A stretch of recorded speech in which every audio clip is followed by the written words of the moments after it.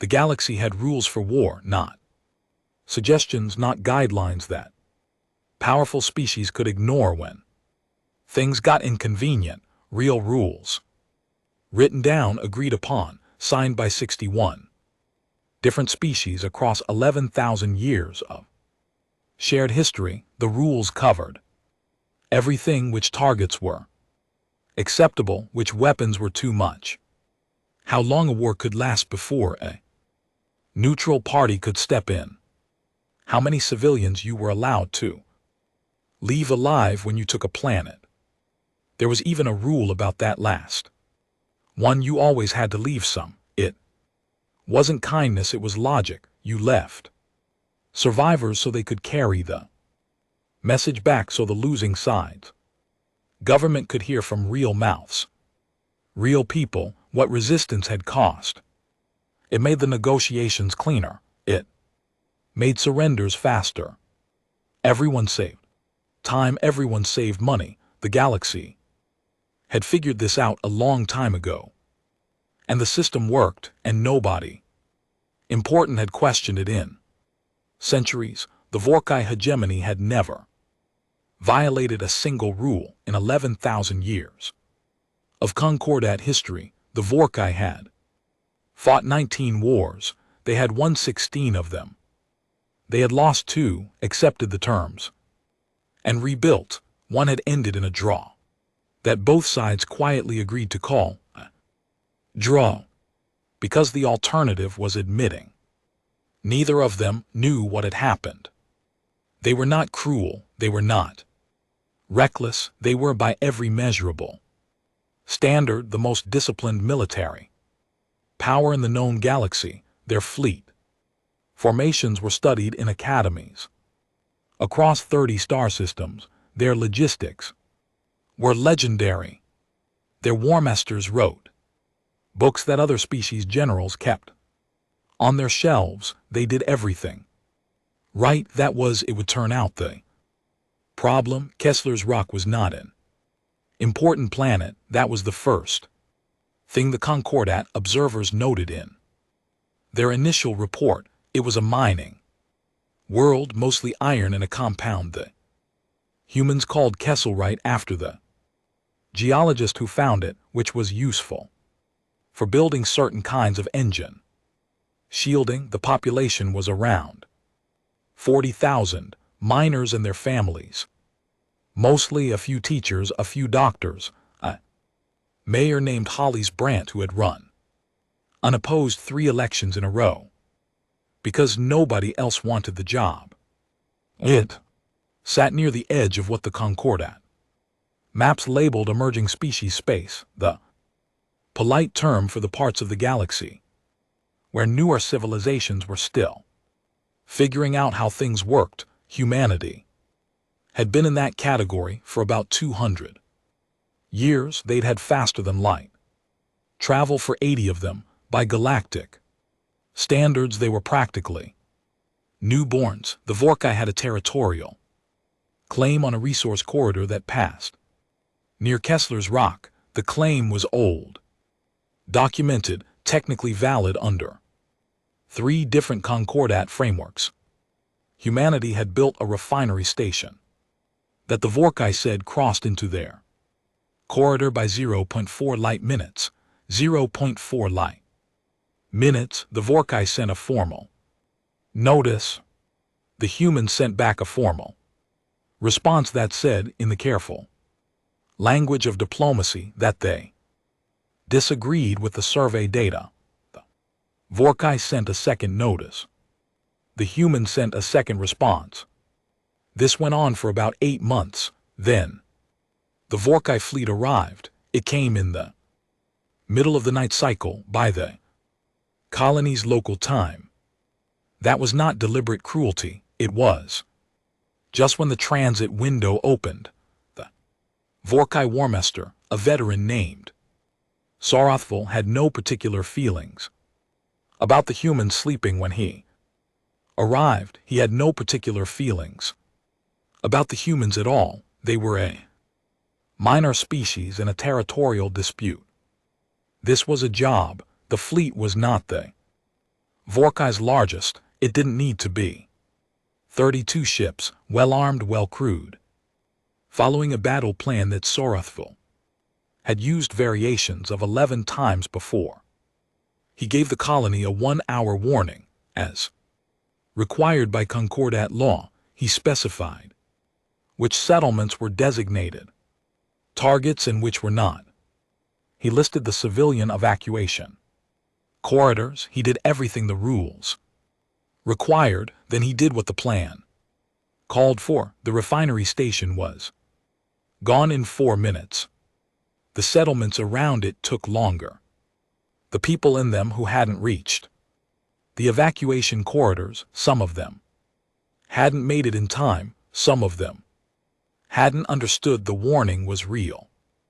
Some of them had simply frozen in the way that people do when something impossible arrives without any personal context to put it in. Those people are in the official casualty count.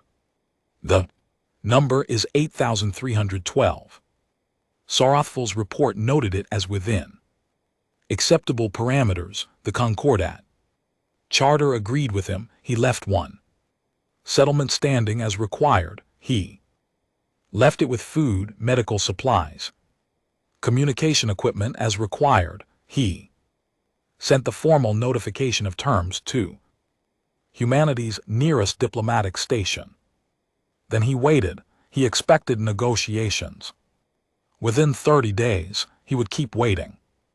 The survivors of Kessler's Rock reached the diplomatic on the 4th day. Most of them were in shock in the clinical sense, the kind where the body keeps moving and the eyes keep tracking in.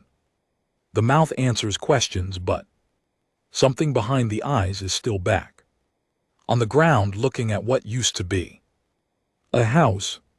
The footage from the colony's surviving cameras was transmitted to every human government within 48 hours. There were 312 of those governments.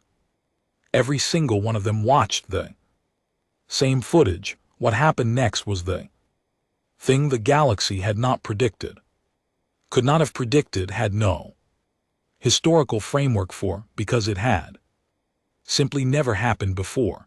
All 312 of them agreed on something. The Concordat ambassadors arrived at the human diplomatic center on Earth 12 days after Kessler's Rock. There were 7 of them representing the council's senior members. They came with condolences, which were genuine. They came with a reparations framework, which was standard. They came with a proposed negotiation timeline and a suggested mediator from the Trill species, who were known for their patience and their neutrality and their ability to sit in a room for 6 hours without anyone's blood pressure rising. They were met by Admiral Yuen Chen. She was 61 years old. She was not tall. She had the kind of face that looked like it had decided a long time ago to stop wasting energy on expressions that didn't mean anything. She had served in 3 of humanity's internal conflicts before humanity reached the stars, and then in the 2 minor territorial skirmishes after, and she had the kind of stillness that people get not from peace but from having seen enough that most things no longer surprise them. She sat across from the 7 ambassadors in a conference room on the 14th floor of a building in Geneva. The room smelled like recycled air, and the particular staleness of spaces were serious. Conversations happened too often. Outside the window, the city moved around in its ordinary way, people doing ordinary things, clouds going where clouds go. The senior Concordat ambassador was a Kaith named Orth Sen. He was genuinely a good person by any reasonable measure. He had spent 400 years in diplomatic service. He had helped end 2 wars. He had written a paper on conflict resolution that was considered essential. Reading across the Concordat. He sat across from Yun Chen with real sorrow in his 4 eyes and said in careful, translated standard, that the Concordat recognized the tragedy of Kessler's Rock and wished to help humanity find a path forward. Yun Chen listened to all of it, then she asked her question, what's the fastest a species has ever gone from their first major war to their last one? Orith Sen blinked. He had not been expecting that question. He thought about it honestly, because that was his nature, and he answered honestly. 312 years, the Vel conflict cycle. Though the conditions were, thank you, Yun Chen said. She looked at the table for a moment. We'll need less time then.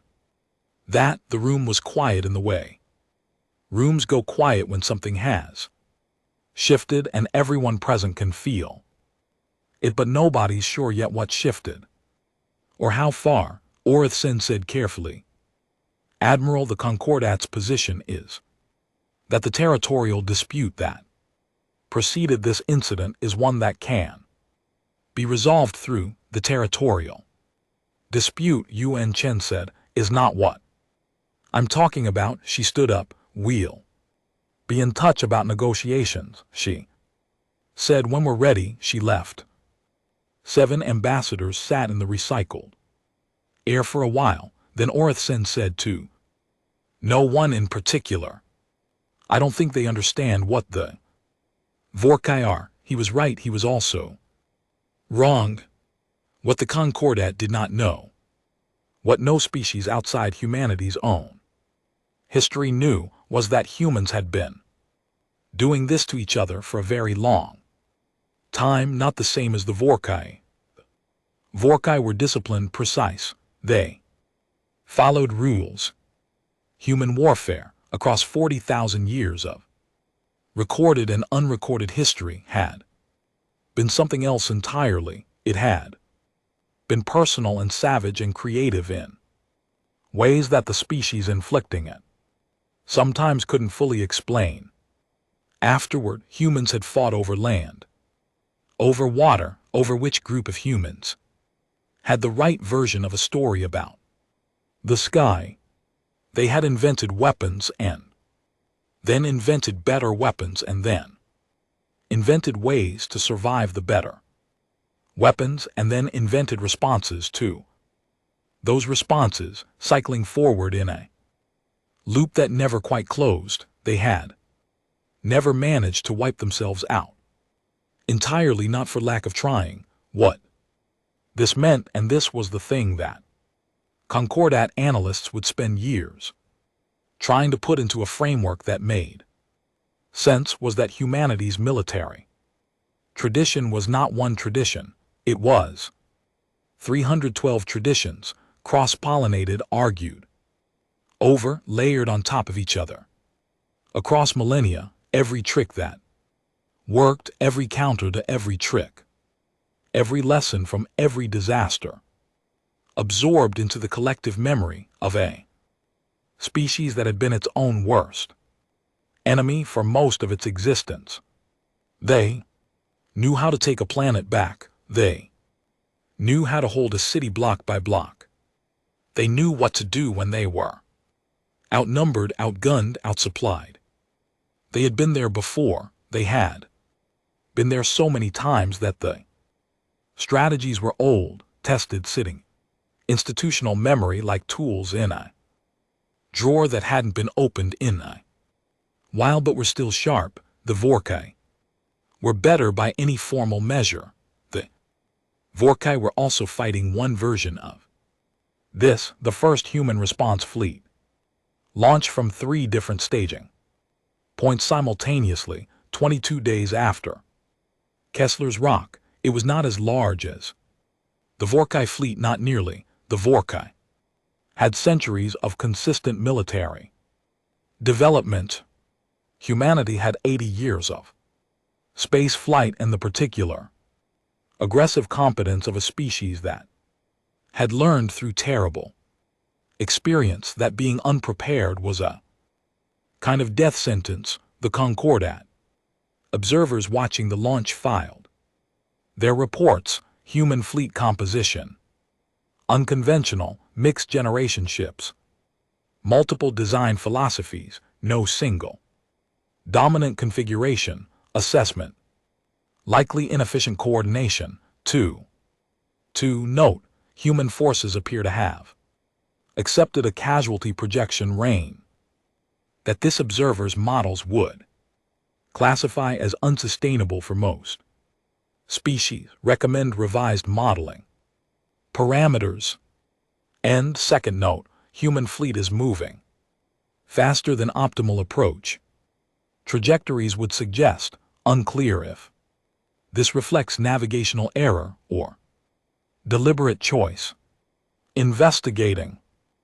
It was deliberate. You and Tyne had looked at the optimal approach trajectories, the ones the Concordat observers expected, the ones the Vorkai would expect, and set them aside. She used a different one. It was older than space flight. It was the kind of move that didn't appear in any formal tactical manual, because it was the kind of move that looked insane until it worked. In the old land wars on Earth, people had a phrase for it. They called it going where they ain't looking. Back on Kessler's Rock, in the one settlement Sarsfield had left standing, a man named Darren Hollies, related to the mayor, third cousin, sat outside his house every morning and looked at the sky. He wasn't waiting for anything specific, he was just looking. He had been in the settlement when the attack came. He had heard it, seen the light from it through his window, done the thing where your body moves before your brain catches up, and found himself under his kitchen table with his arms over his head, which would not have helped with anything, but was what his body decided to do. He had survived by being in the right part of the settlement. His brother had not survived by being in the wrong part. He didn't talk about that. He didn't talk much at all anymore. The humanitarian supplies the Vorkai had left were adequate. The communication equipment worked. The medical people who had been flown in from the nearest station were kind and professional. He sat outside every morning and looked at the sky. One morning, 26 days after the attack, the sky looked back, not the Vorkai. He knew their ships now. He would know them for the rest of his life. These were something else. He stood up from his chair. He didn't know what to feel. He wasn't sure he had the right equipment for it anymore, but he watched the shapes moving up there, human ships, his species ships, and something in his chest that had been very flat and very still for almost 4 weeks did something small, not hope exactly, something colder than hope, something that would do. Sarsfield received the report about the human fleet's approach 7 hours before they arrived. He was not worried exactly. He was something more precise than that. He looked at the fleet composition data, the numbers, the configuration, and he applied everything he knew, which was considerable, to the question of what this meant. He had fought 15 species in his career. He knew how they fought. He knew their stopping points. He knew when they would take a deal and when they wouldn't. He knew the shape of their anger and the shape of their grief and the point at which those things became negotiating positions. He looked at the human fleet. He ran his models. His models gave him answers that he didn't trust because the answers didn't match any behavior pattern in his database, so he ran them again. He adjusted the variables. He refined the assumptions. The models gave him the same answers. He sent a Message back to the hegemony's command. It was not a panicked message. Sorthville did not panic, but it had a quality to it that his communications officer noticed and didn't mention. The message said, "Request updated behavioral projections for human military units under sustained engagement conditions. Current models appear insufficient." 38. Also request any available historical data on human internal conflict doctrine, all of it, whatever exists. He set the message aside and looked at the approach data again. Humans were not coming in the way he expected. They were not coming in the way anyone would expect. That was. He was beginning to understand the point. In Geneva, in the room that smelled like recycled air, Orethsen sat with two of the other ambassadors and looked at the transmission feeds from the Kessler system. He watched the human fleet move. He had 400 years of experience. He had seen wars start and end and start again. He had sat in rooms with species who were angry, species who were desperate, species who were calculating, species who were bluffing. He had never sat in a room watching a species that seemed to have made a decision so complete and so total that there was nothing left to negotiate with yet. Like watching a door close that you hadn't realized was open. We should file a formal observation request, one of the other ambassadors said, under Article 14, remind them of the conventions. Orethsen watched the feed. We will, he said. He didn't move. Give them a moment first. Outside the window of the Geneva building, the city moved. People walked. Clouds drifted. A child on the street below was arguing with a parent about something that looked from 14 floors up, very urgent and very small. Orethsen watched the human fleet close the distance on the Kessler system. He thought about the 8,312. He thought about you and Tyne had said, "We'll need less time than that." He was 400 years old.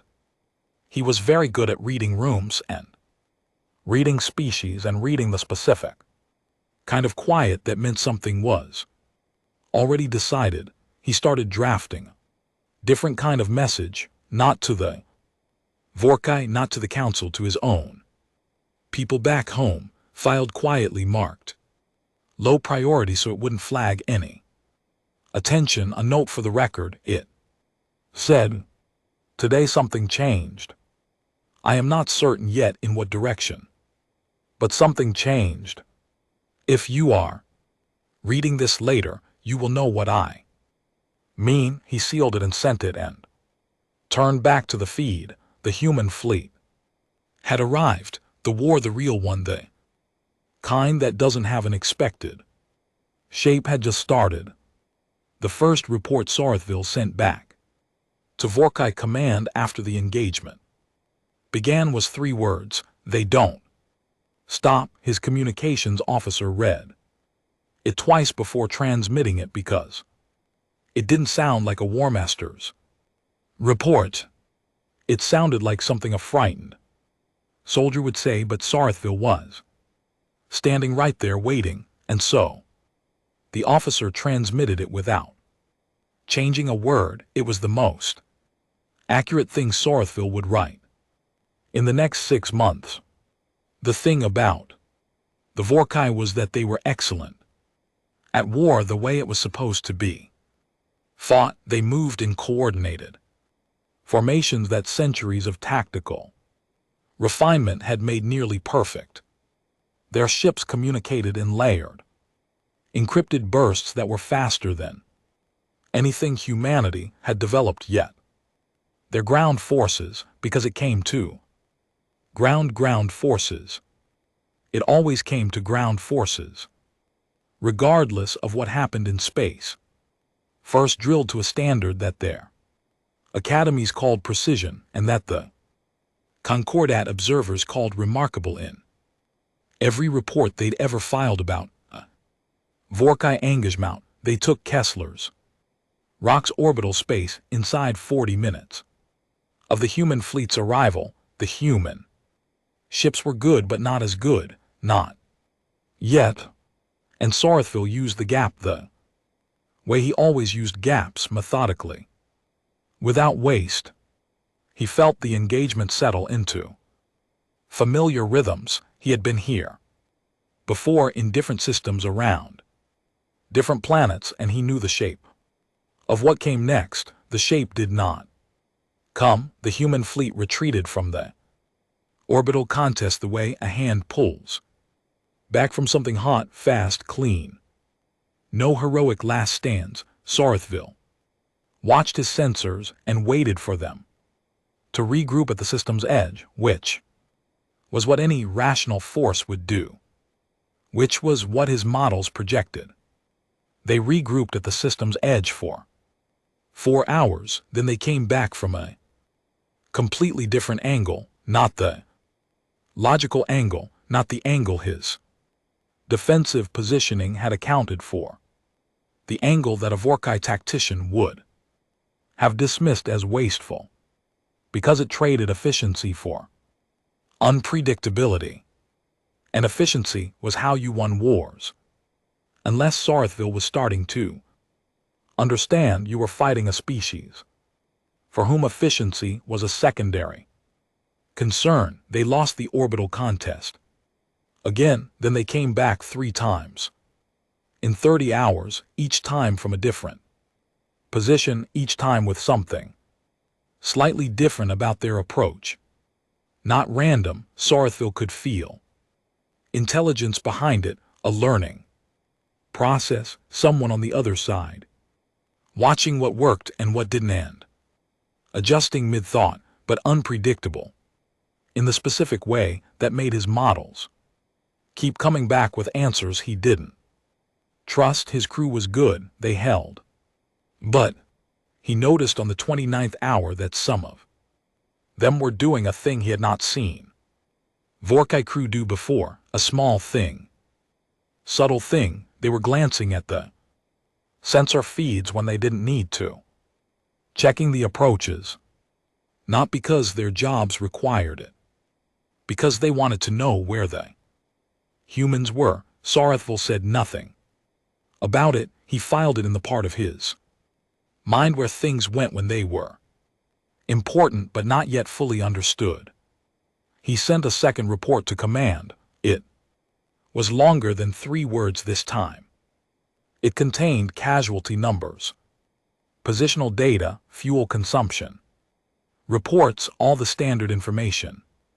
But at the end, in the flat neutral language of military communication, he added 1 paragraph.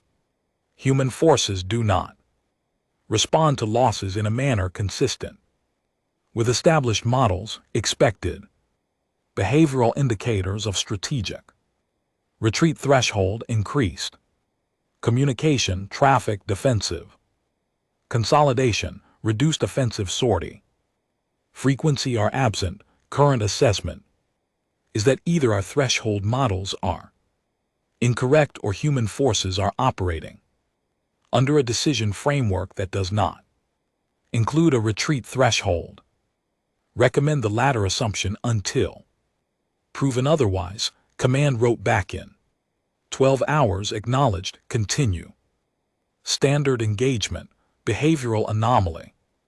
Noted. Will review. Saruthville read it, set it aside, went back to watching the approaches. On the ground, the situation was different in the specific way that ground situations are always different from space engagements. More personal, more complicated, more dependent on the particular humans and the particular Vorkai soldiers who happen to be in the same patch of land at the same moment. The Vorkai ground forces were, if anything, more impressive than their fleet. They moved through terrain the way water moves, finding the path of least resistance, adapting never forcing when flowing was available. They had taken the planet's main settlement zones in the first push. Following the bombardment that cracked the human defensive positions open. Clean, fast, professional, the humans retreated into the terrain. This was initially not concerning species.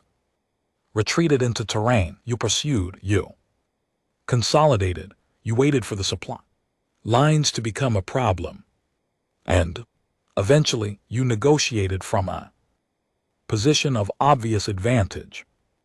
Except the human supply lines didn't break. They had cached supplies in places that made no tactical sense until you realized that making tactical sense was not the priority. What mattered was that the caches were somewhere the Vorkai wouldn't think to look. Old mine tunnels, sealed geothermal vents, gaps in rock formations that satellite imaging had logged as geological features rather than potential storage. They had done this before the fleet even arrived, before the war started. Technically, someone had looked at Kessler's rock and thought in a systematic and unhurried way about where to put things if it ever came to a ground fight. Sorethville's ground commander sent a message that used the word prepared in a tone that made clear it was not a compliment. The Concordat observers were legally required to be there. It was in their charter. They documented all sides of any conflict involving Concordat members, which humanity was. Technically, even if they were still in the emerging category, 2 observers were stationed with the Vorkai forces, and one, a young trail named Save Oren. On his first assignment, very thorough, very meticulous, had gotten permission to embed with the human units on the ground. His reports were unusual, not in a dramatic way, in the quiet way of someone who is very carefully describing something they don't have quite the right words for. Day 4. Human forces conducted 3 separate counterattacks on Vorkai positions after what this observer's military advisors had described critical losses. In each case, the forces involved were smaller than the Vorkai units they engaged.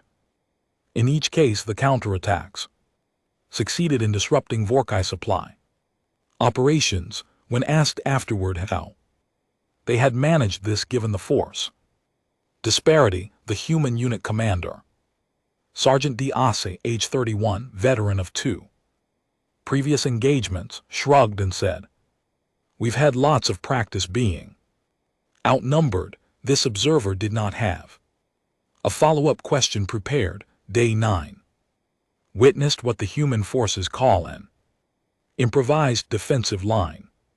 The materials used included stripped panel plating from a damaged human vehicle, rocks, several kilometers of cable retrieved from an abandoned communication installation, and something the soldiers called good intentions, which appears to be a humor reference this observer does not fully understand. The line held against a Vorkai push that should, by standard models, have broken it. This observer's models are being revised. Day 14. Attempted to quantify the morale state of the human unit. I am embedded with standard indicators, communication, frequency, eating patterns, sleep, quality, humor response are difficult to apply. Humans appear to use humor at moments that this observer would classify as high stress, which is the opposite of what the models predict. When this observer noted this, the same Sergeant Asse said, "What else are you going to do?" This observer is still thinking about that. Save Oren's reports were flagged by 3 different analysts at Concordat Central as methodologically sound but emotionally uneven. They were placed in a file and noted for Review. Nobody reviewed them for several months. Elena Vasquez had been 19 when she shipped out. She was from a small city in Manitoba, Canada, Earth, a place with long winters and a hockey tradition, and a practical, no-nonsense way of looking at the world that she had absorbed the same way she'd absorbed the cold gradually, completely, until it was just part of how she worked. She had signed up because her older brother had signed up, and because she had, at 19, a clear sense that something was happening and a less clear sense of what she personally was supposed to do about it. The recruiter had asked her why she wanted to serve, and she had said, "Honestly, someone has to," which was not the most inspiring answer, but was the true one. She was assigned to a ground unit on Kessler's Rock as part of the second wave, not the first responders, the ones who had gone in while the orbital fight was still happening, which had been a very bad time to be on the ground. Elena's unit landed when the orbital situation had stabilized into something that could generously be called contested. She was good at the job. That was the first thing her unit commander noted. She was quick. She listened. She made decisions fast without making them carelessly. Some of it was aptitude, some of it was the particular quality of attention she'd had since childhood, the ability to be entirely present in a moment while also tracking what was happening around the edges of it. She killed someone on the fourth day, Vorkai, ground soldier coming around a rock formation, no time for anything except the training to take over. She filed the report. She ate dinner. She didn't sleep well. She filed that fact under expected and moved on. By the end of the first month, she was sleeping fine. She didn't think too hard about what that meant. There was no time to think hard about anything, which was, she understood, somewhere underneath all of it, probably a mercy. She wrote home when she could. The letter started normal. She was okay. She missed them. The food was whatever food in a field unit was, functional. Over the weeks, the letters got shorter. Not because she had less to say, because she had more, and less of it belonged in a letter home. She stopped apologizing in them. She hadn't noticed she used to, until she noticed she didn't anymore. The psychological campaign started on day 38. The Vorkai had used it before. It was effective, documented, refined. Across 19 wars, you broadcast imagery of the enemy's losses, their destruction. They're dead. You personalize it where possible: names, faces, homes. You let the grief compound. You let the fear compound. You watch morale soften. And then you offer terms that sound reasonable compared to the alternative. You've just made viscerally real. They broadcast the Kessler's Rock footage, the original attack, the settlements, the numbers. They had their own recordings, cleaner than the colony's surviving cameras. They transmitted it on every available frequency to every human unit and human ship and human receiver in the system. There was a silence after it that Sarathville measured at 47 seconds. Then humanity broadcasted back, not a response, not a message.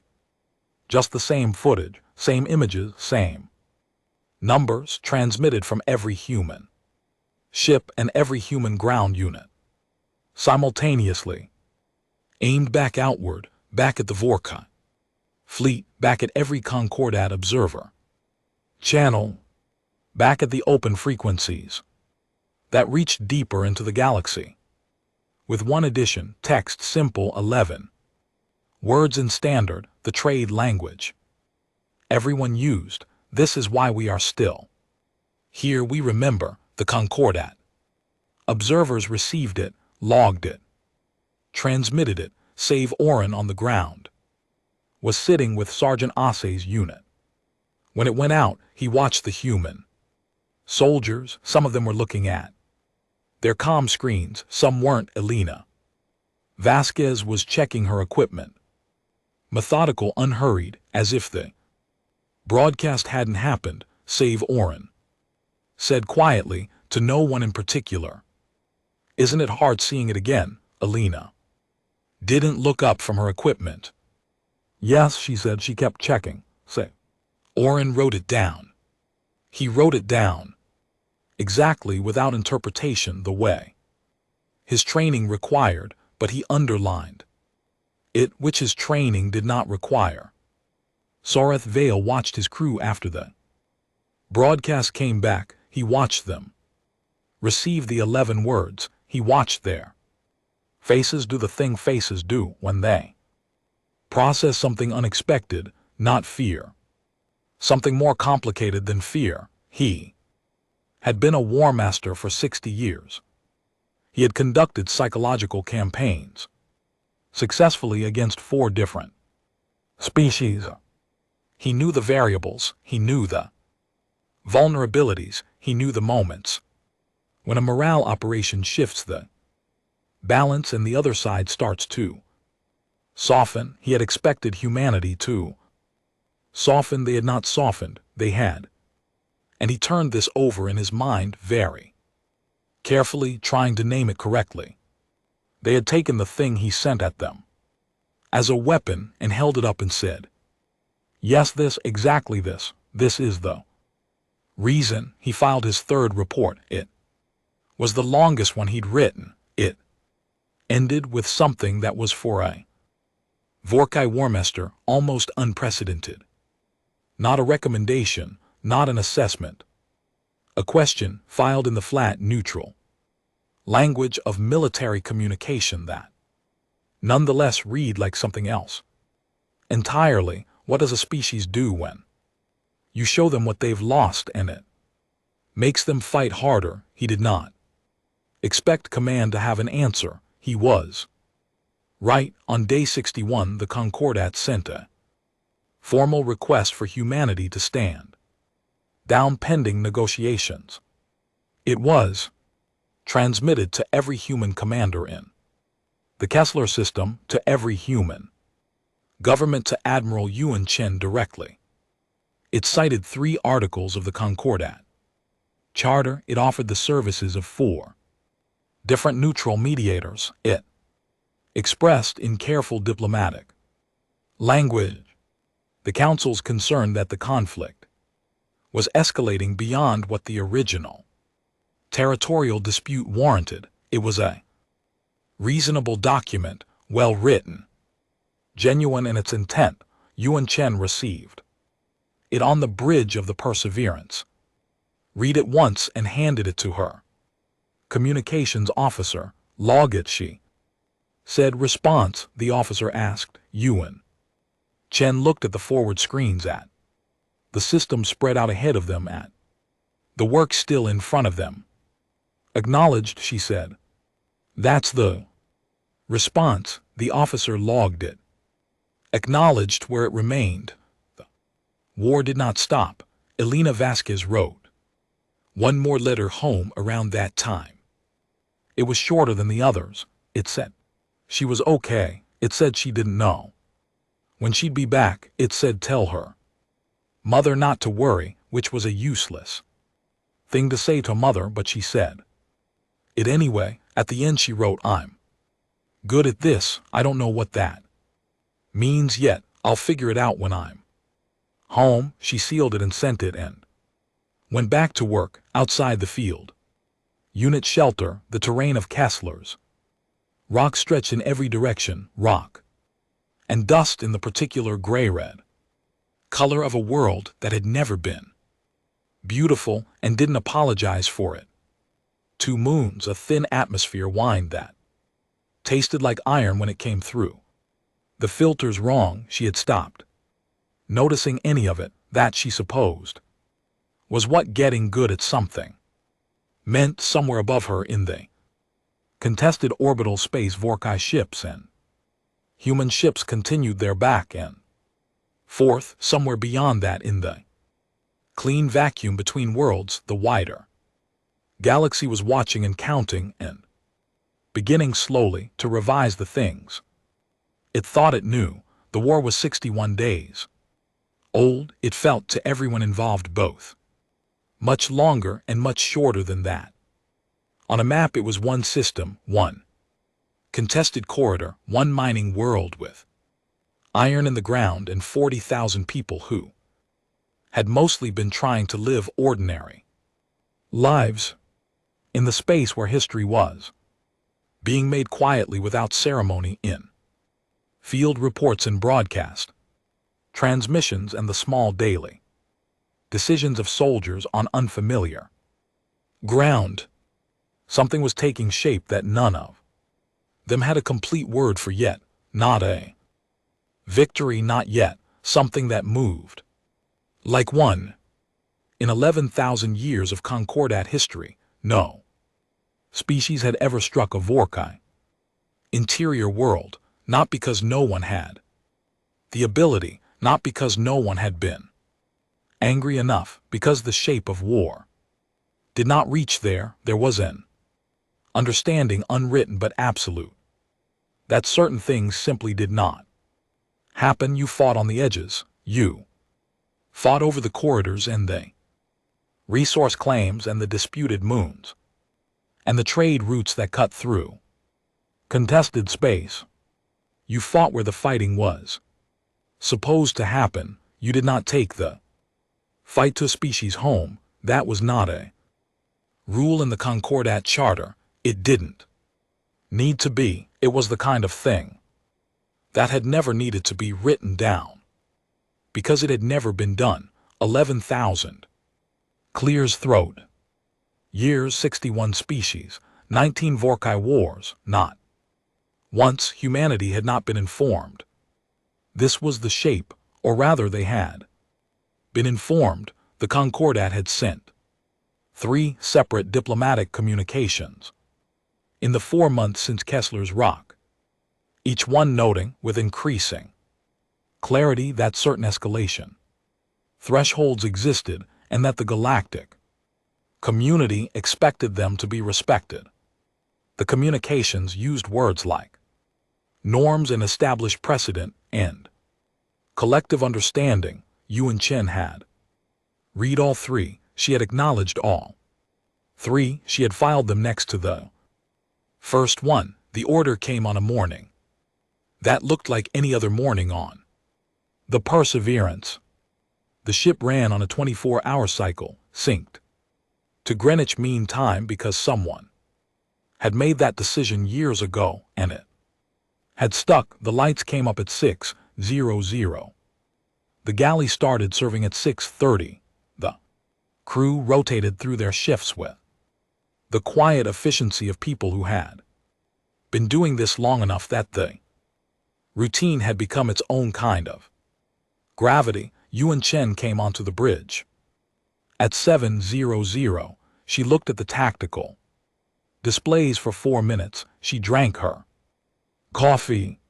She set the mug down in the exact spot she always set it. Then she gave the order, 8 words, take us to the Vorkai interior, all wings. She did not raise her voice. She did not pause for effect. She did not explain or justify or preface it with anything. Her navigation officer looked up from his station just for a moment, then he looked back down. Yes, Admiral. Perseverance turned. Behind it the fleet turned, all of it. The Concordat emergency session convened 14 hours later. 14 hours was the fastest it had ever convened in recorded history. After due, the previous record was 3 days set during the Marin collapse, which had been the worst crisis the Concordat had faced before now. Every seat was filled.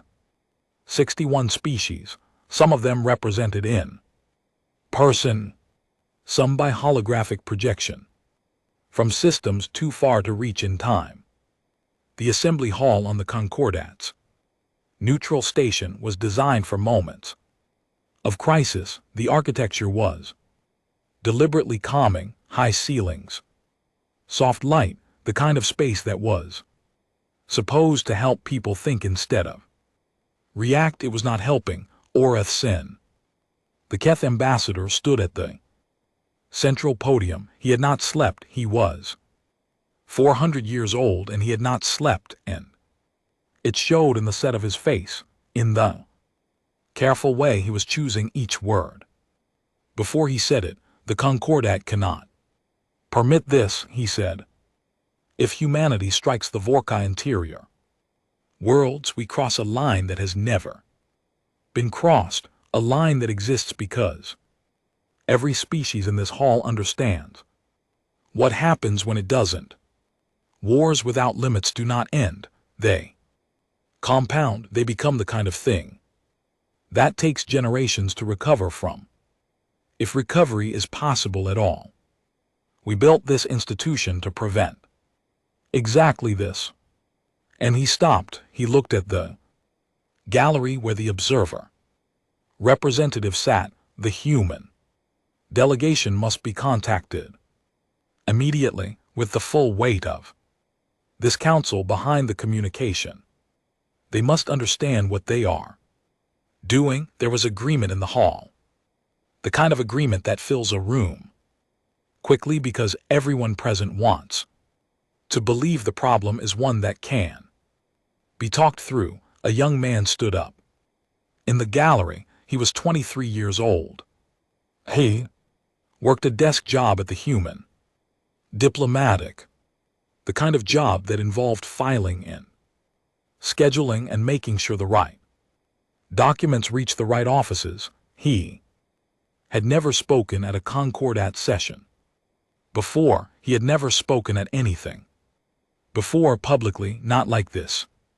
His hands were doing something complicated at his sides that he was trying to make them stop. He said with respect. The room turned to look at him. He sat back down. Then, because he had started and he was going to finish, whether his hands cooperated or not, he stood back up. We didn't start this, he said. We asked to negotiate. For 8 months, we followed the procedures. And then they came to our world. They told us where we could run, and they killed the people who didn't run fast enough. And now you want us to stop. He stopped, swallowed. I'm not authorized to speak for the government.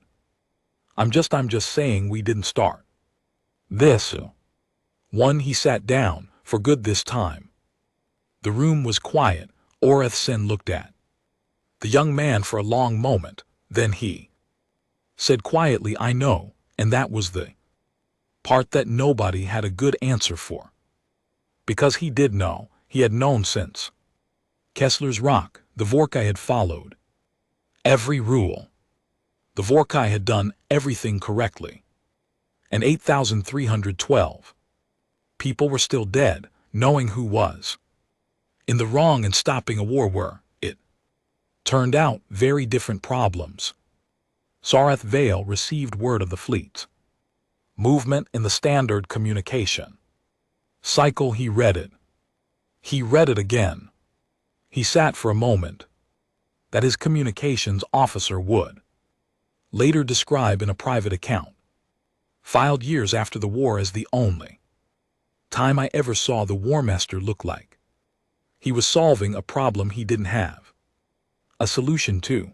Then Sareth Vale stood up and began issuing orders: defensive, repositioning, recall of forward units, emergency resource allocation for the interior stations, the machinery of a military responding to an unplanned situation, not panicking. Professionals don't panic, but moving faster than comfortable with the particular focused energy of people who have just understood that the ground is different than it was. He sent a new report to command. It was the shortest one he'd written since the first.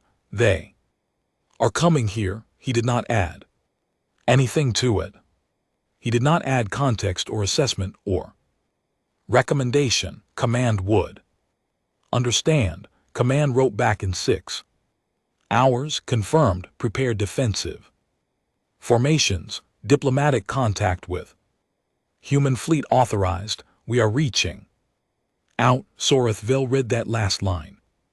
We are reaching out. 60 years as a war master. 19 engagements. He had reached out once in the early stages of his career when a conflict had gone somewhere unexpected and a negotiated resolution had made more sense than the alternative.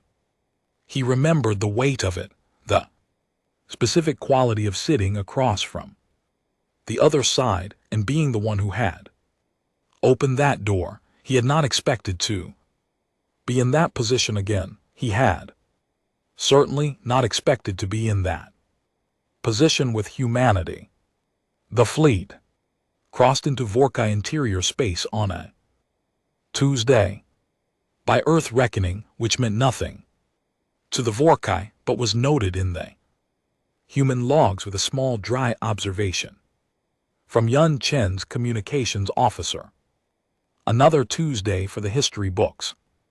What it looked like from the outside, from the Concordat feeds, from the sensor arrays of neutral observation posts, from the perspective of 61 species watching in real time, was a column of ships moving through space that had been, until this moment, absolutely safe. What it felt like inside the fleet was harder to name.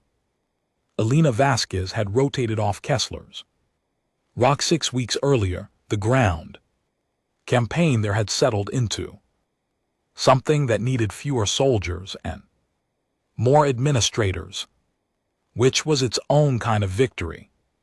And the units that had been there since the beginning were redistributed. She had been reassigned to a ship, the Meridian, a mid-sized cruiser with a crew of 400 and a commanding officer named Captain Rosinand, who had the useful quality of explaining things once and then trusting you to remember them.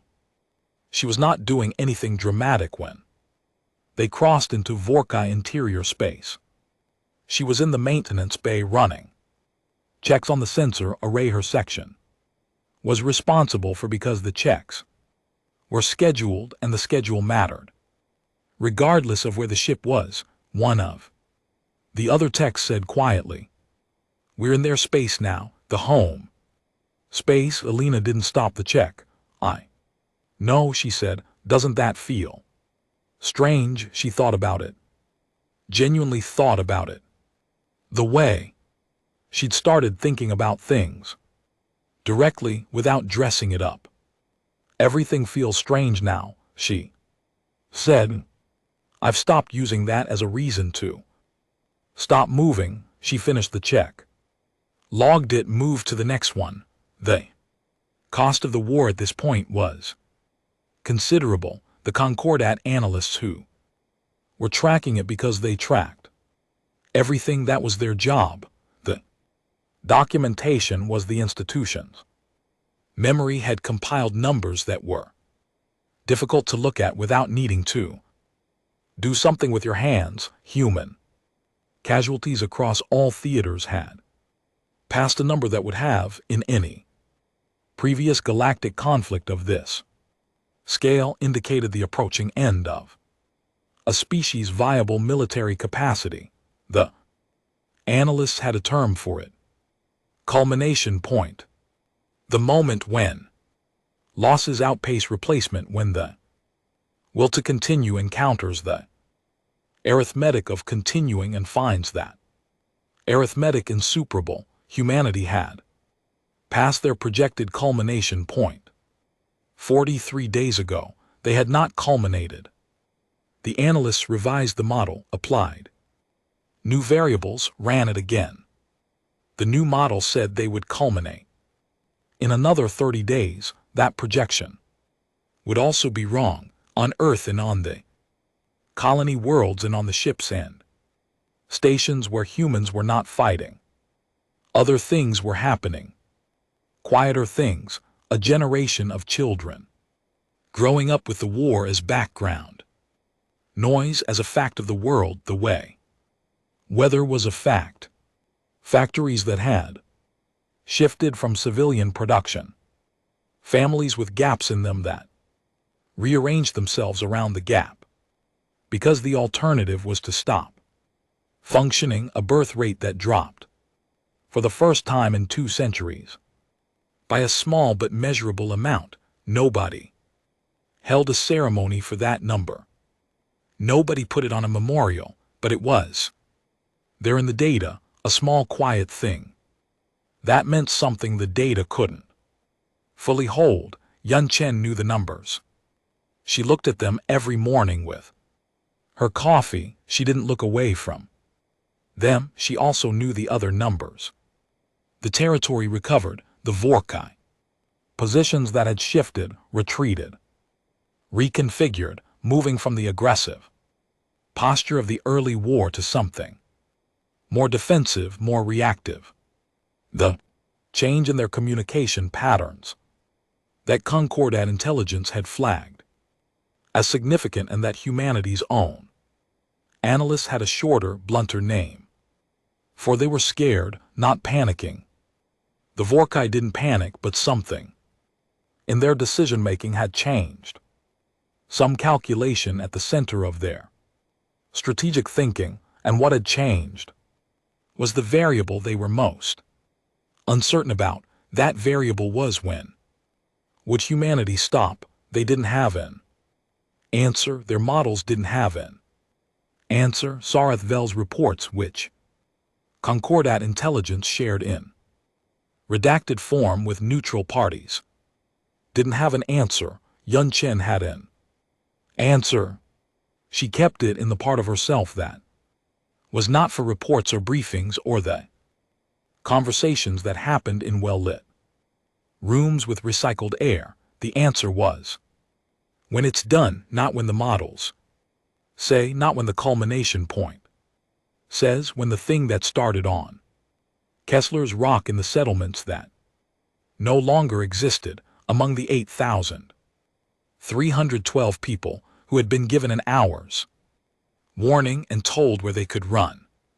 When that thing was finished, when there was no version of the world in which it could happen again, that was when the Vorkai envoy request came through Concordat channels as required by protocol. It was the Concordat made very clear in their transmission a significant moment.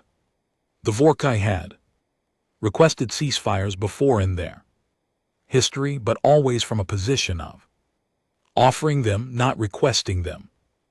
Never requesting them. The specific phrasing of this communication, rooted through 3 different neutral intermediaries, used a grammatical construction in Vorkai that the translators noted had no common application. It was a form used in very old texts, formal to the point of being archaic, the kind of thing you used when the weight of what you were saying needed the weight of old language to carry it. The meeting was arranged for a neutral station equidistant from the current front lines, 1 representative from each side, no weapons. Concordat observers present as required.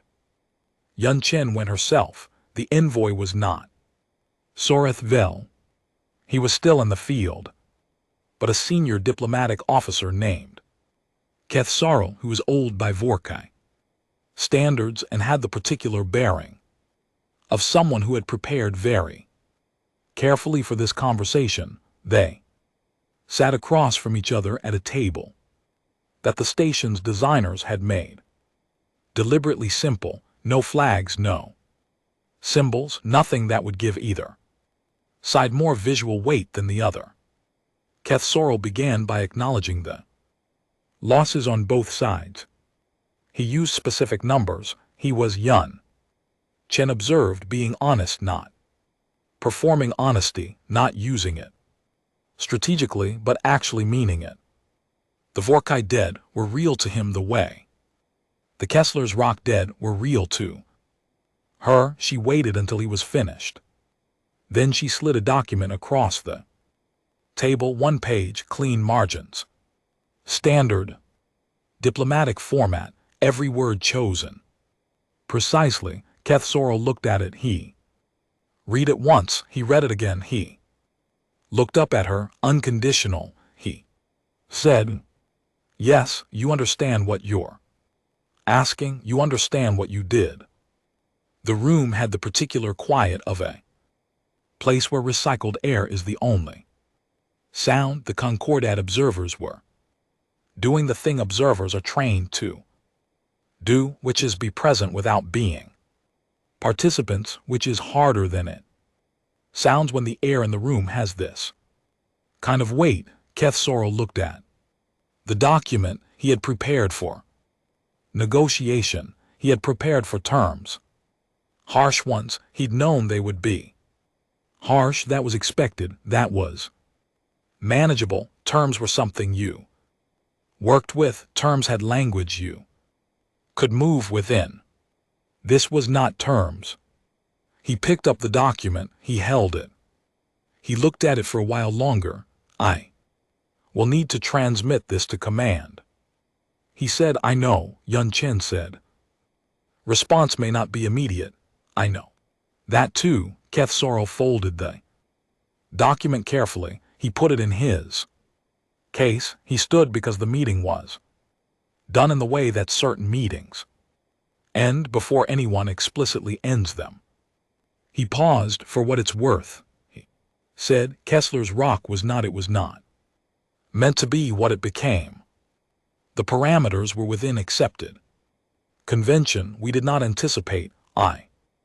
No, Yun Chen said. Her voice was completely even. That's part of the problem. Keth Sorrel left. Yun Chen sat in the quiet room for a while. The observer stayed because they were required to document the full session, and the session was not formally closed. She didn't appear to mind them. She looked at the table where the document had been. She drank the last of her coffee, which had gone cold, outside in the vast and indifferent dark between stars. The fleet waited in the Concordat assembly. A different conversation was happening. Orth Sen had gone back to his office after the emergency session. He had slept finally, the sleep of someone who is tired enough that the weight of things becomes briefly irrelevant to the body's needs. He woke with the same weight waiting for him, which was expected. He had 400 years of experience. He had seen 7 wars. He was sitting at his desk looking at the feed from the neutral station, the summary, not the full transcript. When his door opened, the person who entered was not old. She was 41. Her name was Veth Kara, and she was a Keth military officer, not a diplomat, which was itself notable, because military officers did not typically have business in the senior ambassador's office. She closed the door. We need to talk about what comes after, she said. Orth Sen looked at her. The war isn't over yet. It will be, she said, and when it is, we're going to have a humanity that just did something that has never been done in our space, with the outcome they're going to get. She sat down without being invited to. We need to, she noted. We need to decide what that means for the Concordat, for the balance before it happens, not after. Orth Sen was quiet for a moment. You're making calls, he said. Yes, to whom? She met his eyes. Ones who need to be in the room when this is over. Orth Sen looked at his desk, at the feed, at the summary of a meeting in a neutral station where 2 people had sat across from each other, and one of them had put A single page on the table. They haven't won yet, he said. No, Vethkara agreed. But they will, she stood, and then we'll have to figure out what kind of galaxy we're living in now. She left. Orithsen sat for a long time, then he started making calls of his own. War's end. This one ended on a Tuesday. By Earth reckoning, which meant nothing to any of the 61 other species watching. But humanity was the one counting, so it was Tuesday, 8:14 in the morning. Greenwich Mean Time, overcast in Geneva, which was where the formal transmission was received and where the staff on duty in the diplomatic center had been awake since 3:00 because they had known it was coming and had not wanted to miss it. The armistice was transmitted through Concordat channels as required. All the right language, all the right signatures. The document was 47 pages of formal galactic legal text and 3 pages of actual terms, which is how these things always work. The language takes longer than the substance. Humanity's 312 governments received it. Simultaneously, the responses varied. Some people cried, some people said nothing and went outside and looked at the sky. Some people got very loudly happy in the way that is almost indistinguishable from grief if you're watching from a distance. Some people did not respond at all because they were in the part of themselves that was still elsewhere, still on a ship or a planet or a stretch of contested ground, and would be for a long time in a building. In Geneva, the duty officer who received the transmission looked at it for a moment, then she stood up and walked to the window and watched the city begin its ordinary morning. People going to work, delivery vehicles on the streets, a group of schoolchildren crossing at a light shepherded by 2 adults who were paying the kind of focused attention that adults pay to children in traffic. She watched the children reach the other side. She went back to her desk, filed the transmission, made coffee. The signing ceremony was held on the Concordat's main neutral station, the same one that hosted the General Assembly. The same soaring ceilings and soft light, designed to help people think instead of react. It had been used for 5 armistice ceremonies in the past 2 centuries. The staff knew the protocol: flowers on the table, or the nearest equivalent that the participating species could agree on without it becoming a diplomatic incident. Good chairs, cameras from every Concordat member state, because the documentation was required and also because everyone wanted to see it. The Vorkai delegation arrived first, which was their custom. Kathsura led them in. He had handled the final negotiations, all those long weeks of working through the language of the document, and he walked with the careful dignity of someone who is carrying something heavy and has decided the only option is to carry it well. Then the human delegation. There were 11 of them, Yuan Chan at the front, and behind her a mix of military officers and government representatives from several of humanity's larger administrations. They were dressed correctly, they walked correctly, they took their seats. The room went quiet, not the formal quiet of ceremony, not the respectful hush of an occasion. With proper protocol, the other kind, the kind that happens when 61 species of observers and delegates and staff, trained to manage their reactions, all experienced in the business of watching history happen without making it about themselves. All of them went still at once because the human delegation walked in and the room remembered collectively and without discussion. What it had watched them do, Yuan Chan sat down. She looked at the table. She looked at the Vorkai delegation across. From her, Kethsura looked back. Between them on the table was the 47-page document and the 3 pages of terms, and all the flowers that were not quite flowers. The ceremony proceeded as ceremonies do. The words were said. The signatures were given, each one in the order and manner required by charter. The Concordat senior recording officer announced the armistice and its effective time and date for the record, for the 11,000 years of precedent that now included this. When it was done, Kethsura stood and extended his hand across the table, a gesture he had learned from humanity, researched, practiced because he had wanted to use something of theirs. Yuan Chan looked at it for a moment. She shook it.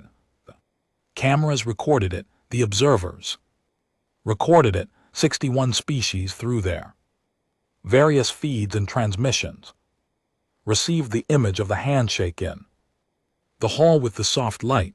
Nobody had a fully adequate response to it. The archivists began compiling the official war record the same day. This was also required by charter.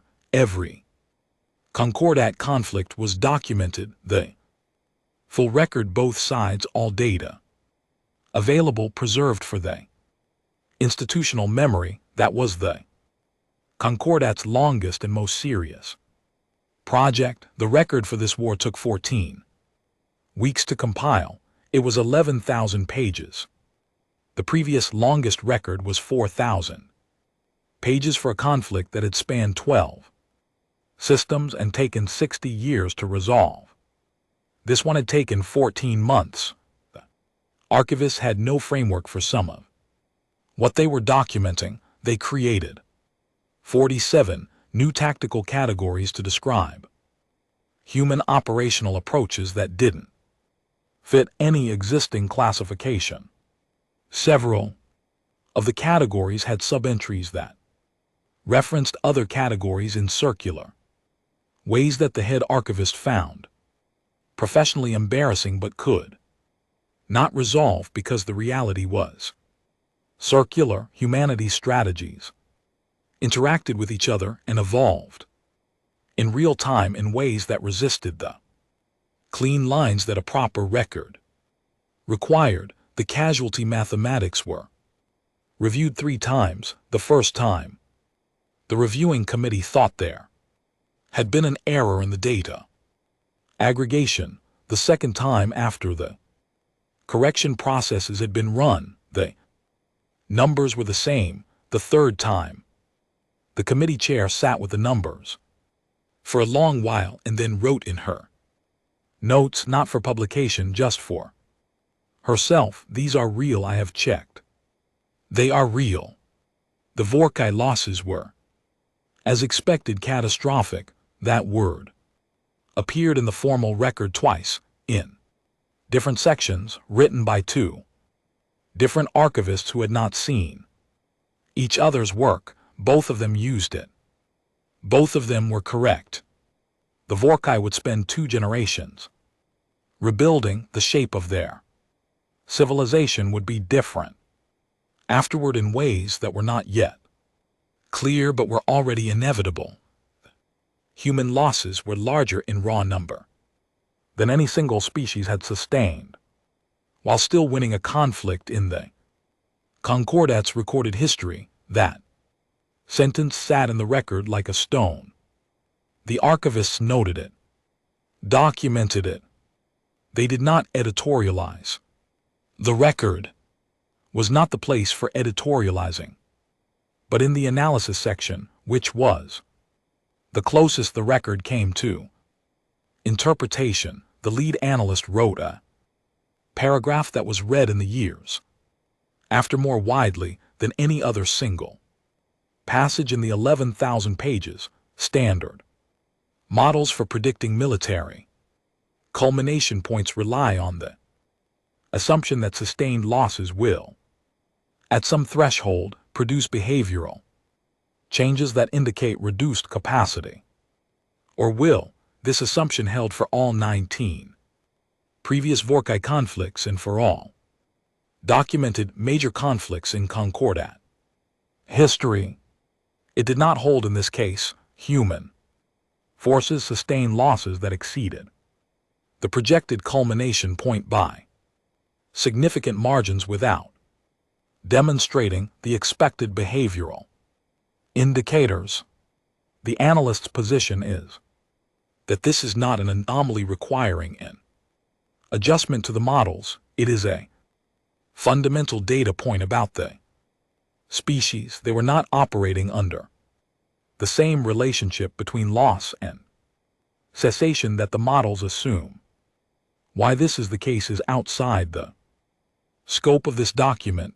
It is, however, perhaps the most important question the Concordat should be asking. Nobody formally responded to that paragraph. It was read by a great many people. Elena Vasquez came home on a transport ship that landed in Edmonton in the early morning, fog sitting on the tarmac like something that hadn't made up its mind. Yet she had been gone 14 months and 11 days. She was 21 years old. Her mother was there. Her mother had the face of someone who had been holding something carefully for a long time and was now trying to put it down without dropping it. She hugged Elena the way you hug someone when you have made a private deal with the universe about what you want in exchange for everything you'd given. Elena hugged her back. She said she was okay. She mostly meant it. The reintegration assessment was scheduled for a week. After landing, standard procedure for returned military personnel, a room, qualified evaluator, a set of questions designed to get a picture of where someone was and what they might need. The evaluator assigned to Elena's session was a civilian psychologist named Dr. Thomas Brecht, who had been doing this work for 3 years now. He was good at it.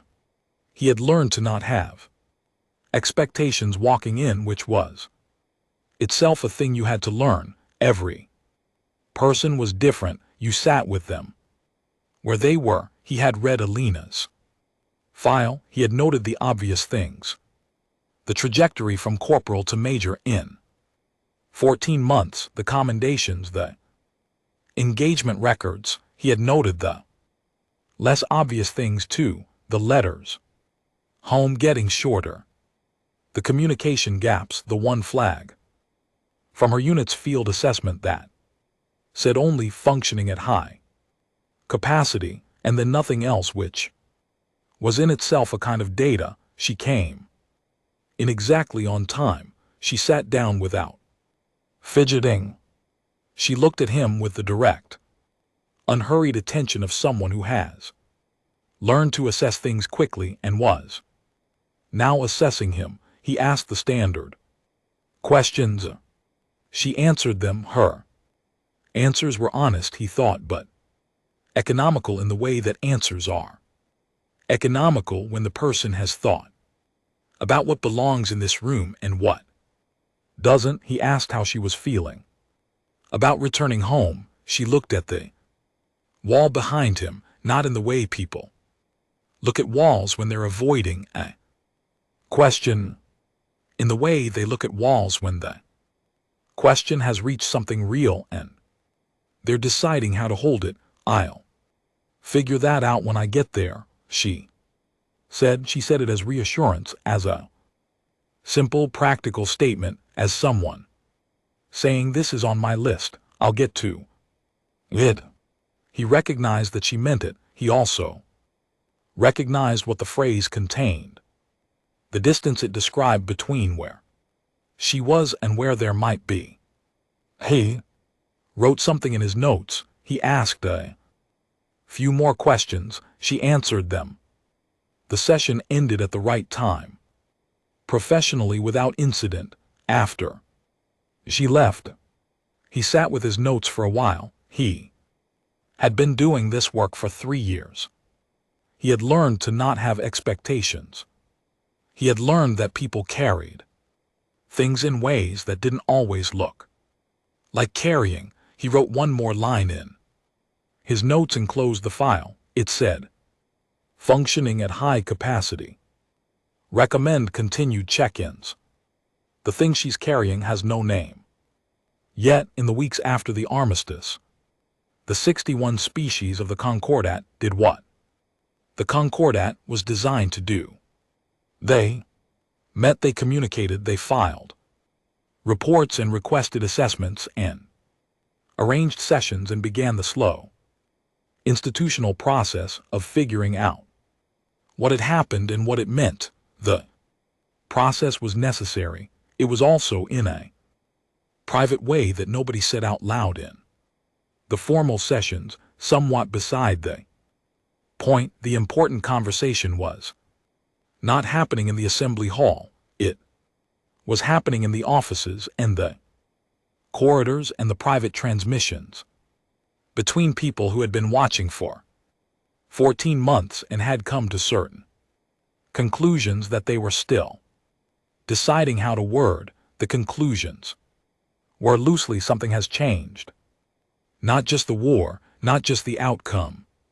Something in the shape of the galaxy itself, the way things related to each other, the unspoken arrangements and assumptions that held the Concordat together. The Concordat was built on a certain understanding of how power worked and where limits were and what species could and couldn't do to each other. Those understandings had held for 11,000 years because the species that held them had roughly similar answers to the same fundamental questions.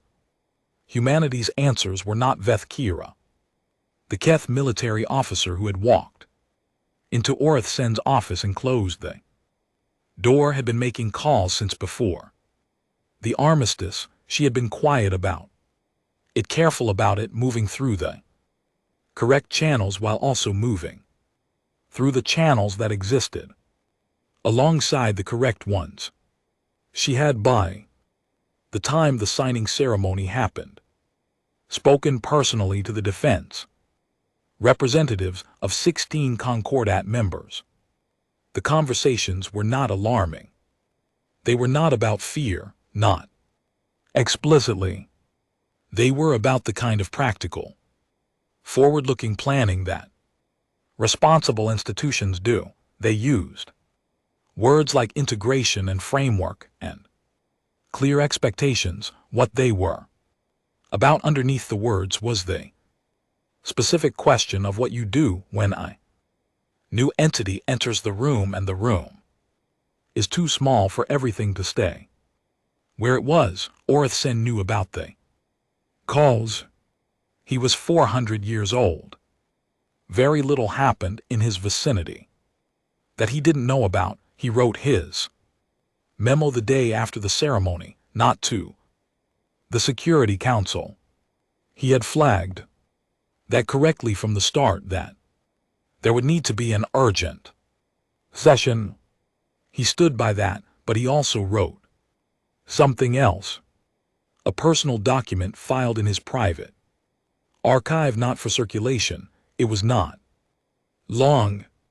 He was not a man who needed many words for the things that mattered most. It said, "I have been in this work for 400 years. I have seen wars start in ignorance and end in exhaustion and leave the parties changed in ways that took decades to understand. I have seen species emerge from conflict with new relationships to themselves and to the galaxy. I know what that looks like.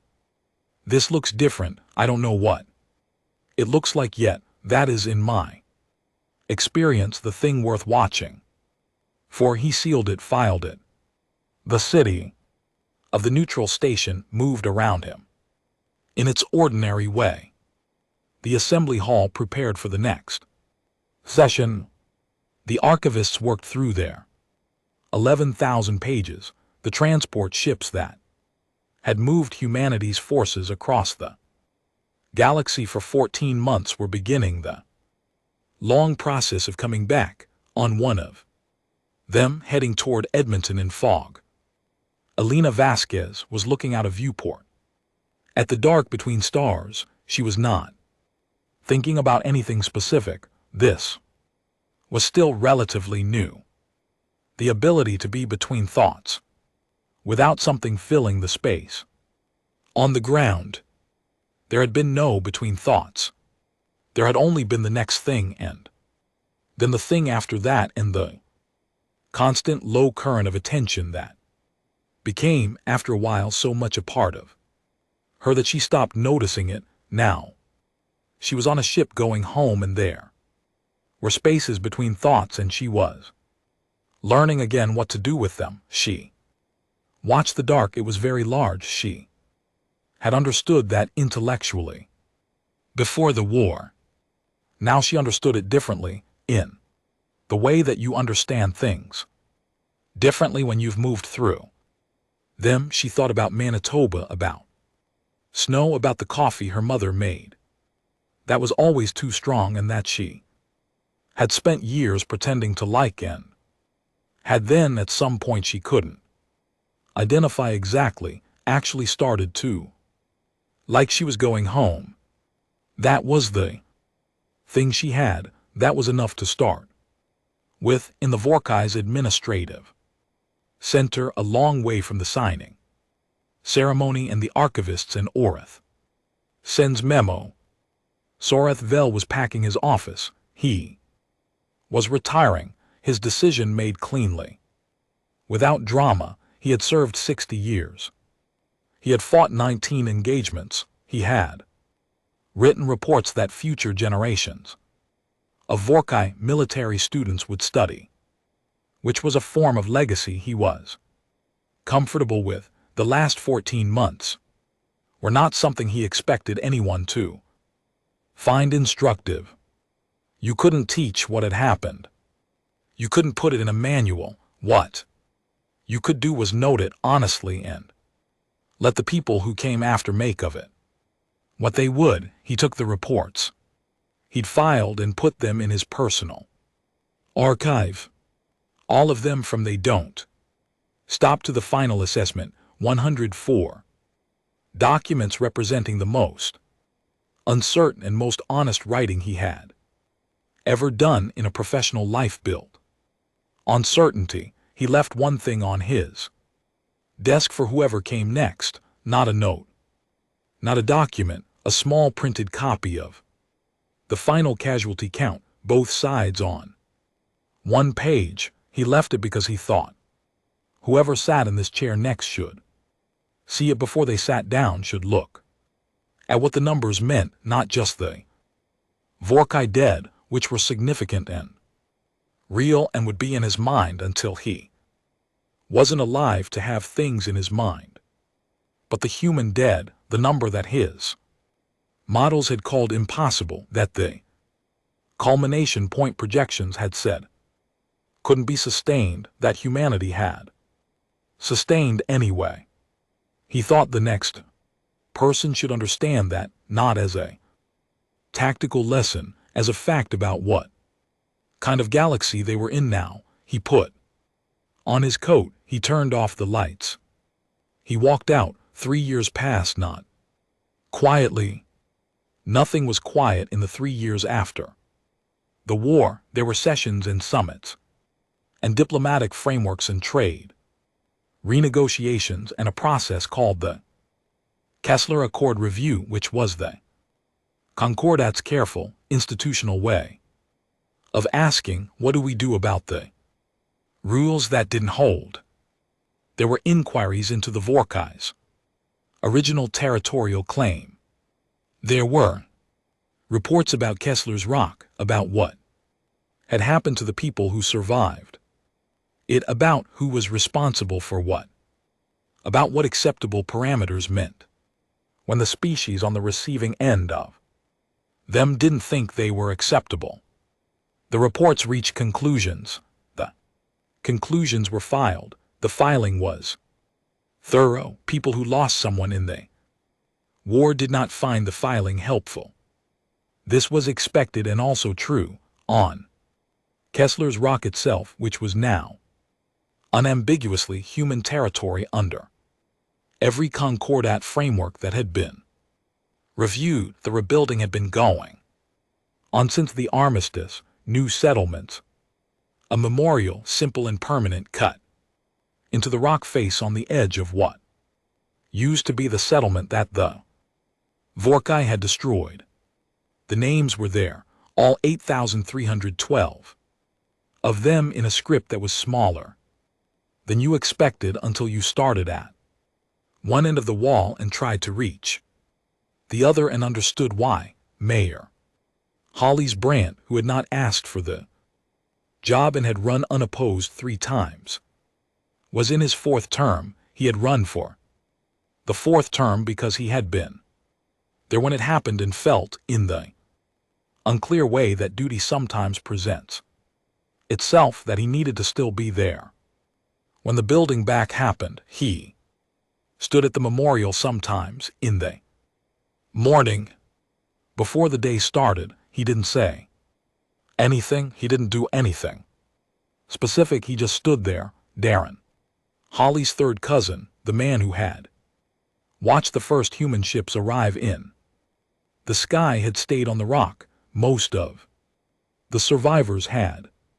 Actually, more than the statistics predicted, more than the psychologists' models suggested would be the case. They had rebuilt in the same places, mostly using different materials, with the particular stubbornness of people who had decided that leaving would mean something they didn't want it to mean. He had a small house, a garden, the kind that took work in Kessler's thin soil but produced something if you were patient. He grew a root vegetable that most people thought looked strange and tasted surprisingly good. He sat outside in the morning still, looking at the sky. The sky looked ordinary now. He was not sure whether that was a loss or a recovery. He had stopped needing to know. Ambassador Priya Anand had not been in the war.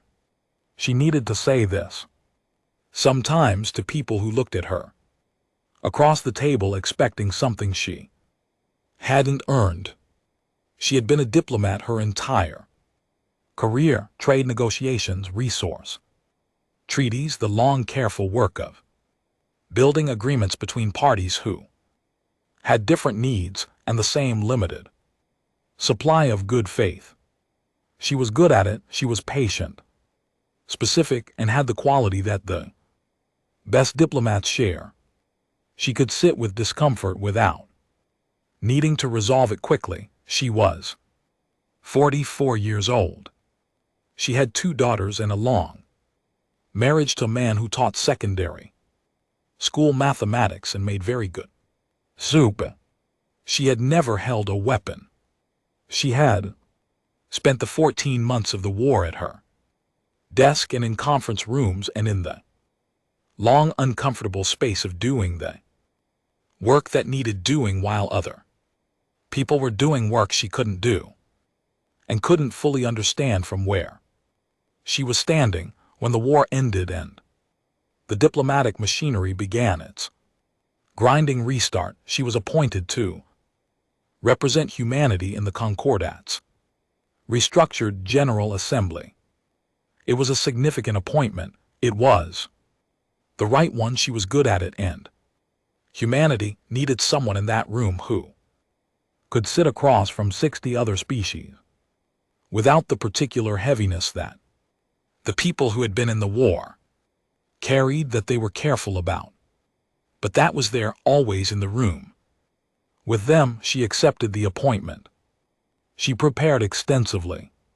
She read the full war record, all 11,000 pages, which took 3 months and required, at several points, that she stop and sit with what she had read before she continued. She studied every diplomatic communication that had been filed during the conflict. She read Severin's field reports, which Concordat records had eventually flagged as exceptional observational value. She read the letter from the young desk worker who had stood up in the emergency session and said, "We didn't start this," and sat back down. She had found his name and sent him a personal message. He had written back 3 sentences, clearly uncertain what to do with the attention she had appreciated.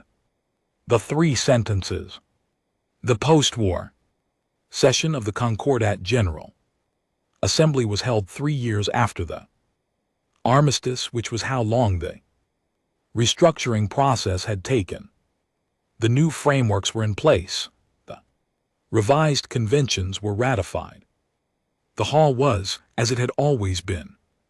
Soaring ceilings, soft light, and the 61 species were assembled, and the occasion was significant in the precise way that the Concordat handled significant occasions, which was with ceremony and documentation and the weight of 11,000 years of institutional memory. Priya Anand walked into the hall. She had prepared for this. She had done everything you could do to be ready for a room.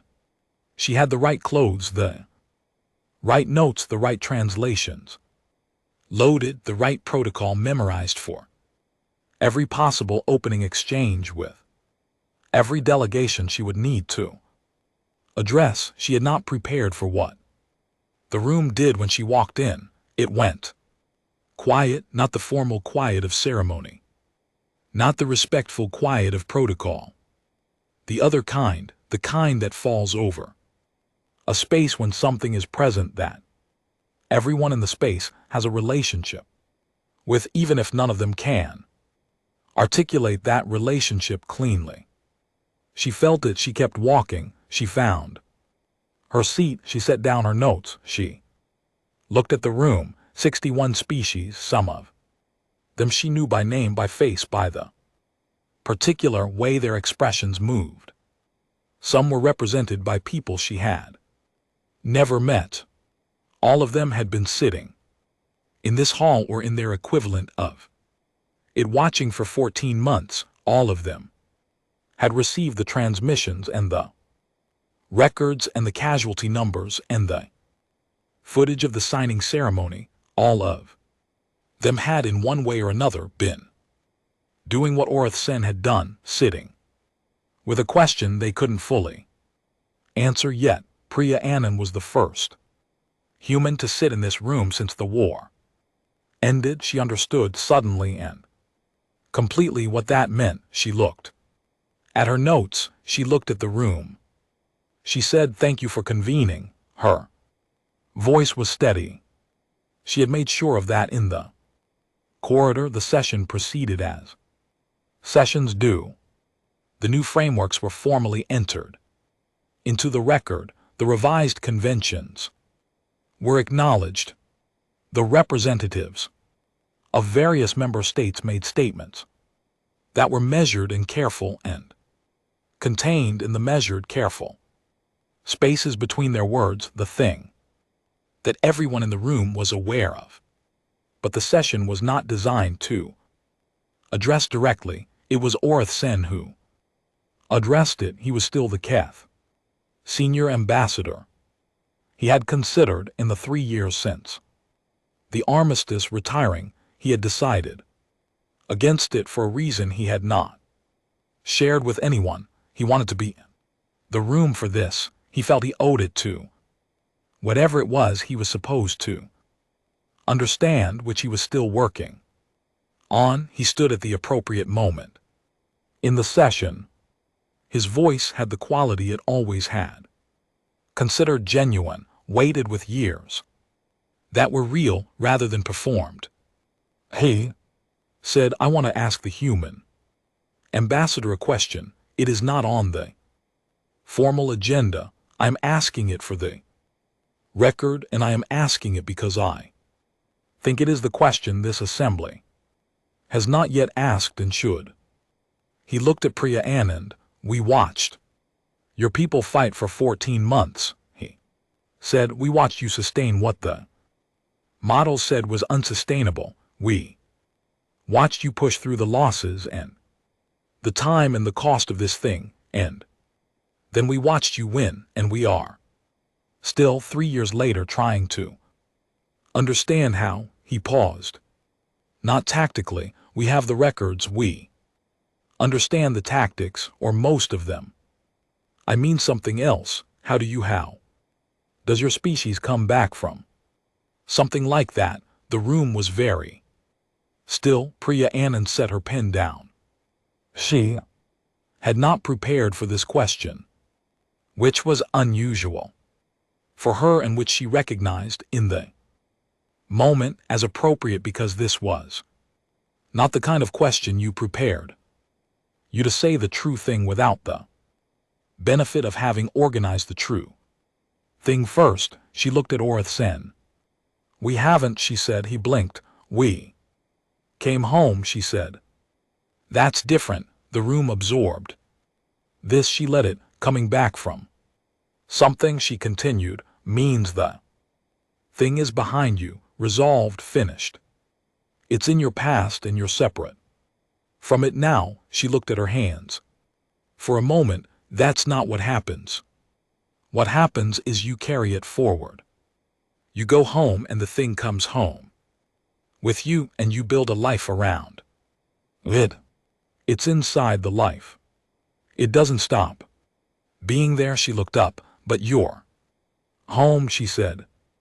Your family is there. The coffee is the wrong temperature and the season is changing, and there are things that need doing, and you do them, and you do them the next day, and at some point the thing you're carrying has become part of the shape of you, and you are still standing and still moving, and that's what we call coming back. She stopped.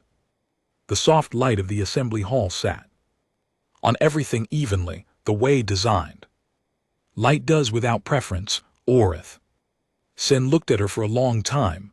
I don't know whether that's very sad or very strong, he said. Yes, Priya Anand said. She picked her pen back up. The session continued. Elena Vasquez stood in her mother's kitchen on a Saturday morning in April. The window was open, the kind of open that April allows, not wide, not an invitation, just enough to let the season in at the edges. The air came through smelling like the specific mixture of mud and cold and something green just starting. That meant the winter was actually finally done. She was holding a coffee mug. Her mother had made the coffee. It was too strong, which it had always been, which Elena had spent years pretending to like, and which she now actually liked, and she wasn't sure exactly when the line between those two things had moved, but it had. She was not thinking about anything. This was still something she noticed when it happened, the way you notice the absence of a sound you'd grown used to. 3 years since the war ended. 3 years of the check-ins that Dr. Brecht had recommended, which had been useful. The way that having a place to put things is useful. 3 years of the relearning of the mornings that were sometimes fine and sometimes not, and the trick of not needing to know in advance which kind they would be. 3 years of her mother's coffee. Her phone was on the counter. She had messages she hadn't answered yet. Her unit's informal group, which still talked, which talked more than she expected it to. Sergeant Oss had sent something yesterday, a picture of his daughter, who was 9 months old and was sitting up on her own for the first time, and looked in the photo, deeply surprised by this development. Elena had laughed at that photo, a real laugh, not a courtesy one. She had noticed the difference. She would answer the messages later. Right now she was holding her coffee and looking out the window at the yard, which her mother kept in a way that was not quite a garden but was not quite not a garden either.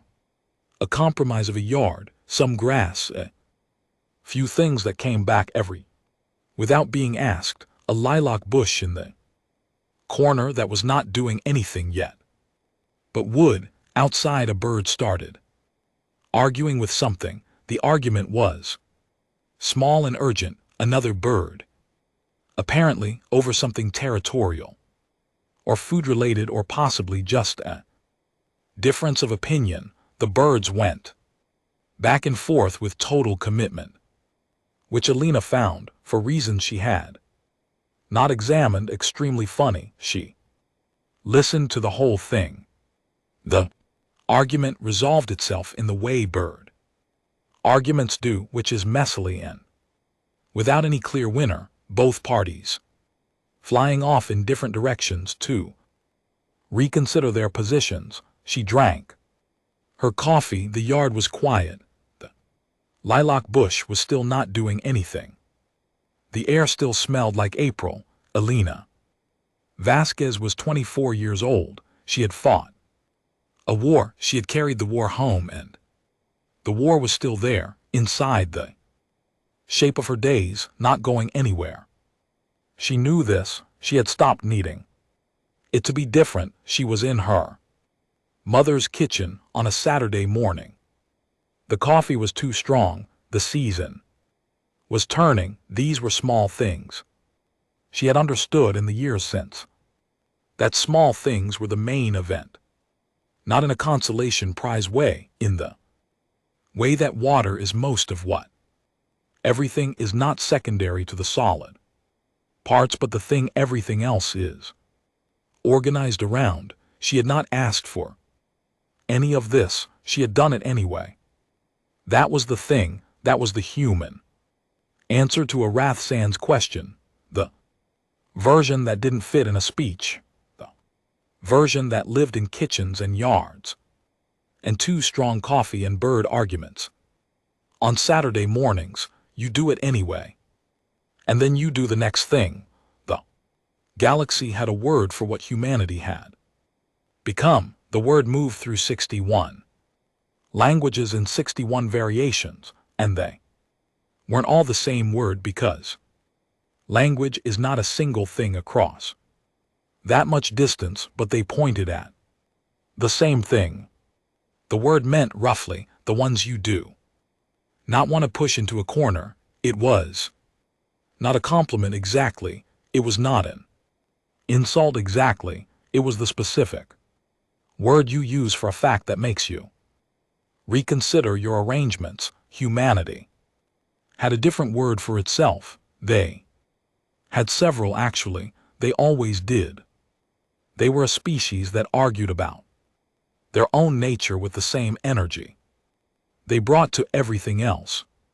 Some of the words they used were generous, some were not. The conversation had been going on for a long time and would continue. But if you pushed any of them, if you sat them down in a well-lit room and asked them honestly what they thought they were, most of them, most of the time, would say something like people, or trying, or they'd shrug and say something that didn't translate well and go back to what they were doing. Neither the galaxy's word nor humanity's got to the center of it. The center was somewhere in the space between them, in the caring, in the continuing. In Oreth Sands, looking at a document he had not expected to see, and understanding finally that the question was not what humanity could do. The question was what they would choose. And they would have to keep choosing. Every morning, every kitchen, every bird argument in every April that came after the war, that was the weight of it. That was also the point. Neither of them said it out loud. That was probably for the best.